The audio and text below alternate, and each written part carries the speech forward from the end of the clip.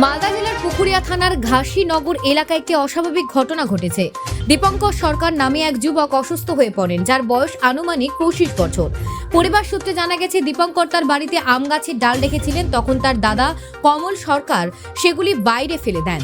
দীপঙ্করের স্ত্রী প্রতিবাদ করলে কমল তাকে অশালীন ভাষায় কথা বলে। এরপর দীপঙ্কর তার দাদাকে বাধা দেন এবং দুজনের মধ্যে তর্ক বিতর্ক শুরু হয়। এরপর দীপঙ্কর কিছুটা অসুস্থ হয়ে পড়েন এবং তাকে চিকিৎসার জন্য মালদা মেডিকেল কলেজ হাসপাতালে নিয়ে আসা হয়, কিন্তু কিছুক্ষণ পর তার মৃত্যু ঘটে। ঘটনার পর অভিযুক্ত দাদা কমল সরকার পলাতক আছেন। পরিবারের দাবি, ঘটনায় তার দাদাই দায়ী। পুলিশ ঘটনার তদন্ত শুরু করেছে এবং বিষয়টি খতিয়ে দেখা হচ্ছে। Bureau report, news prime Times. গন্ডগোল কেন মারলো? ওদের ভাই নিয়ে কথা হয়েছিল। কি নিয়ে? আমাদের বাড়ি অনেক দূরে, মানে ছেলেটার বাড়ির কাছ থেকে আমার বাড়ি একটু দূরে। হ্যাঁ। তাহলে চেঁচামেচি চিৎকার শুনে লোক আমাকে খবর দিতে আসলো কি এরকম ওর ঘরে হাত কেটে ছুটিয়ে দিয়েছে। তারপরে আমি দৌড়ে সন্ধ্যাবেলা যাই, দেখি তো লোকজন খুবই জোরো। তারপরে টোটো মোটো করে দিল, তো আড়াইডাঙ্গা গেলাম। আড়াইডাঙ্গা থেকে মালদা ট্রান্সফার করে দিল। কে মেরেছে?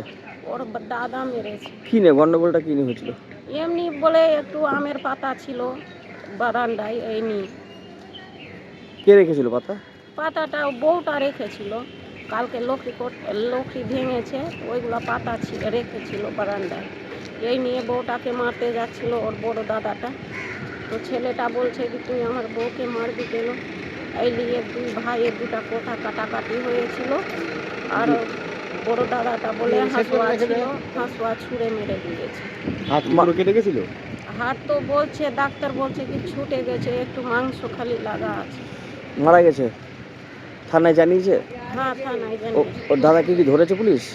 না, এখন আমি এগুলো খবর বলতে পারছি না। কি নাম আপনার?